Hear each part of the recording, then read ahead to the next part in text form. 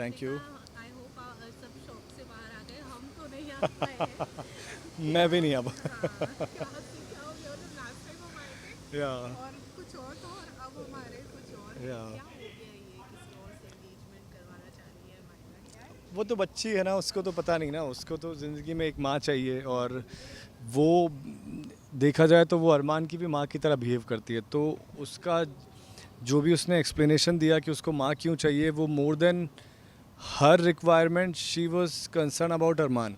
कि आप अकेले रहते हो, आप परेशान रहते हो, आप टायर्ड रहते हो, आप मेरे लिए इतना सब कुछ करते हो, तो आपको कौन हेल्प करेगा। तो वो उस तरह की लड़की है जहाँ पर उसको खुद को माँ की ज़रूरत है या नहीं ये तो नहीं पता, बट मोर देन दैट उसको लगता है कि मेरी अरमान की एक पार्टनर होनी चाहिए, ताकि मुझे मेरा जो काम का लोड है वो कम हो, क्योंकि वो देखती है कि उसको उसकी सारी जिम्मेदारियां अरमान किस तरह से निभाता है एंड कैसे खुद पे ध्यान नहीं रखा हुआ है। अभी तो फिर भी मैंने एंगेजमेंट के लिए बाल वाल वही ठीक करती है इनफैक्ट। तो उसको लगता है कि मेरी ज़िंदगी में कोई कमी है, इसलिए वो चाहती है कि उसकी माँ वापस आए। आप पूकी को लेकर अलग हो गए हैं, लेकिन डज दैट मीन कि जो फीलिंग्स आपके लिए अबीरा के लिए थी हम्म वो ख़त्म हो गई है, और गीतांजलि जो आपके लिए फील करती है वो हम्म सेम फीलिंग्स आप भी रख रहे हैं? नहीं, गीतांजलि के साथ अरमान की कोई फीलिंग्स नहीं है। गीतांजलि को डेफिनेटली फीलिंग्स हैं, but Arman is very grateful to her कि वो पूकी का इतना ध्यान रखती है and you know she is very nice to us. तो अरमान के दिल में कोई गीतांजलि के लिए कोई भी ऐसी रोमांटिक फीलिंग्स नहीं है डेवलप हुई। और रही बात एंगेजमेंट की, तो वो तो बच्ची है, वो तो कुछ भी सोच सकती है। अबीरा को मिस कर रहे हैं?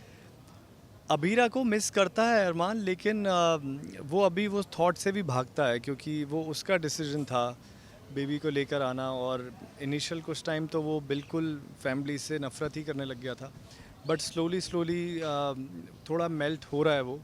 बट वो नहीं चाहता कि वो कम्प्लीटली मेल्ट हो जाए, और वो नहीं चाहता कि उस ज़िंदगी में वापस जाए।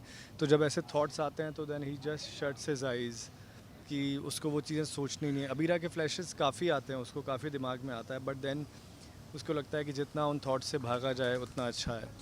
अब वो कब तक भाग पाएगा या नहीं भाग पाएगा, या कोई लाइफ में बड़ा डिसीजन लेगा, वो तो आगे की कहानी बताएगी। 10 इयर्स का लीव लिया है, मतलब पूकी भी सेवन तो ईयर्स 7 इयर्स, 7 ईयर्स पूकी भी अब बड़ी हो गई बड़ी हो है, गई, या 7 साल बड़ी हो गई है। एज अ फादर आप भी ग्रो कर गए, मतलब रिस्पॉन्सिबिलिटी या ऑब्वियसली काफ़ी ज़्यादा हो ज़्यादा। गई होगी। कितना इंजॉय कर रहे हैं इस 7 इयर्स को? मैं काफ़ी इन्जॉय कर रहा हूँ। मैं तो देखो एक्टर हूँ, मेरा काम तो है कि जो मेरी स्क्रिप्ट में लिख कर आएगा मुझे उसको जस्टिफाई करना है।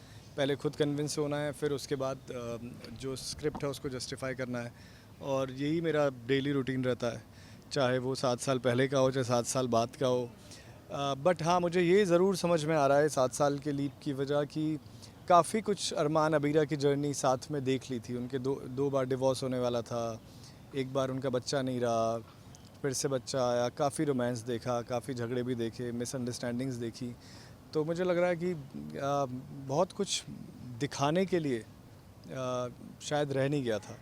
तो एक अच्छा एक लाइफ में थोड़ा सा 7 साल का जंप लिया, और अब कॉन्फ्लिक्ट बढ़ गया है, बट उसके साथ साथ इंटरेस्ट भी बढ़ गया है। इंटरेस्ट ये बढ़ गया है कि अरमान अबीरा अब साथ होंगे या नहीं होंगे, राइट। या अगर इतनी बड़ी सिचुएशन के बाद भी अगर वो साथ होते हैं तो वो तो बहुत बड़ी बड़ी इंटरेस्टिंग चीज़ होगी देखना। तो जिस तरह से ऑडियंस वेट करती है कि क्या स्टोरी में आएगा, एज एन एक्टर हम भी वेट करते हैं कि नेक्स्ट स्टोरी के अंदर क्या आएगा। पर मुझे लगता है कि it's a good move baby का आना, और तो एक थोड़ा सा शो में फ्रेशनेस आ गया है। एंड देन फिर अरमान अबीरा ऑब्वियसली, क्योंकि एक ही शहर में है, एक ही स्टेट में है, तो कहीं ना कहीं तो मिलना होगा ही। बेबी है तो उसकी वजह से होगा, तो बड़ा इंटरेस्टिंग होगा, काफ़ी all interesting. Right, lastly lastly जाने से पहले, लास्ट टाइम जब आप इनसिक्योरिटी दिखा रहे थे पूकी को लेकर या कि पूकी छोटी थी, तो ऑडियंस काफ़ी हेट कर रही थी या अरमान को, या ये बोलकर कि अरमान ओवर रिएक्ट कर रहे या हैं, इस तरह से बिहेव नहीं करना चाहिए। और अब तो आप पूकी को लेकर भाग ही गए हैं, हाँ छोड़ ही हाँ। दिया है आपने घर। तो क्या रिएक्शंस मिले हैं ऑडियंस को उनकी तरफ से, ऑडियंस की आपको उनकी तरफ से?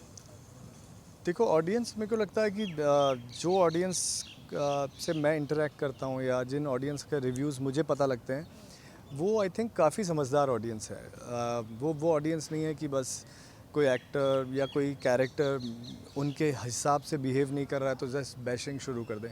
मुझे लगता है कि वो ऑडियंस ऐसी है जो एज एन एक्टर मुझे अलग ट्रीट करती है और कैरेक्टर को अलग ट्रीट करती है, और ये डिफरेंशिएट करना बहुत बड़ी बात है। तो मुझे रिएक्शन ऑब्वियसली मैं खुद भी, मुझे भी ये बात अच्छी नहीं लगी थी कि अरमान पुकी को लेकर भाग जाए या अबीरा को छोड़ दे।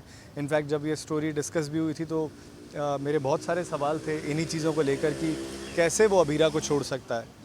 बट देन काफ़ी लोगों ने अपने अपने एक्सपीरियंसेस बताए कि बेबी के आने के बाद कभी कभी कुछ कपल्स ऐसे होते हैं, इनफैक्ट काफ़ी लोगों ने अपने एक्सपीरियंसेस शेयर किए जहाँ पे एक डिफरेंस आ जाता है एक अच्छे से अच्छे कपल में भी।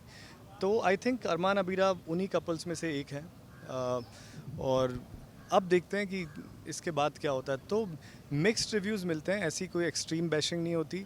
इनफैक्ट जो एक्सट्रीम बैशिंग भी करते हैं वो इसलिए करते हैं क्योंकि उनको लगता है उनके साथ धोखा हुआ है, या उन्होंने इतना इन्वेस्ट किया अभिमान में, या अरमान अबीरा के साथ इतना जुड़े। तो कोई भी एक पार्टनर अगर सेम चीज़ अबीरा भी करती तो शायद अबीरा को भी लोग यही बोलते कि वो ऐसा कैसे कर सकती है। सो मिक्स्ड रिएक्शंस हैं। तो हालांकि वो रिएक्शंस उतने एज एन एक्टर मैं अपने सर पे लेता नहीं हूँ, ना तो बहुत ज़्यादा तारीफ़ को ना बहुत ज़्यादा क्रिटिसिज्म को, क्योंकि जो क्रिटिसिज्म है वो एक्सपेक्टेशन का रिज़ल्ट है और वो कैरेक्टर को लेकर है। तो दैट्स मेरा तो कोई वो जॉब ही नहीं है। फैंस को मैं यही कहना चाहूँगा कि आई एम श्योर आपको धीरे धीरे इंटरेस्ट वापस आ रहा है। जो आपको शौक़ लगा था जब लीप आया था, एंड जब आपको पता लगा कि अरमान लेकर चला गया पुकी को, या इतना पजेसिव हो रहा है, या अबीरा को भी वो पुकी को नहीं दे रहा, तो काफ़ी टफ टाइम था वो। बट धीरे धीरे करके मायरा ऐड हुई। अगर वो नहीं, ऐसा नहीं होता तो शायद ये बच्ची, इतनी प्यारी बच्ची भी नहीं आती जिसके साथ इतने अच्छे अच्छे सीन्स करने को मिल रहे हैं। एंड ऑडियंस को भी बहुत मज़ा आ रहा है फादर डॉटर की एक केमिस्ट्री देखने में भी। So let's explore this now. Welcome.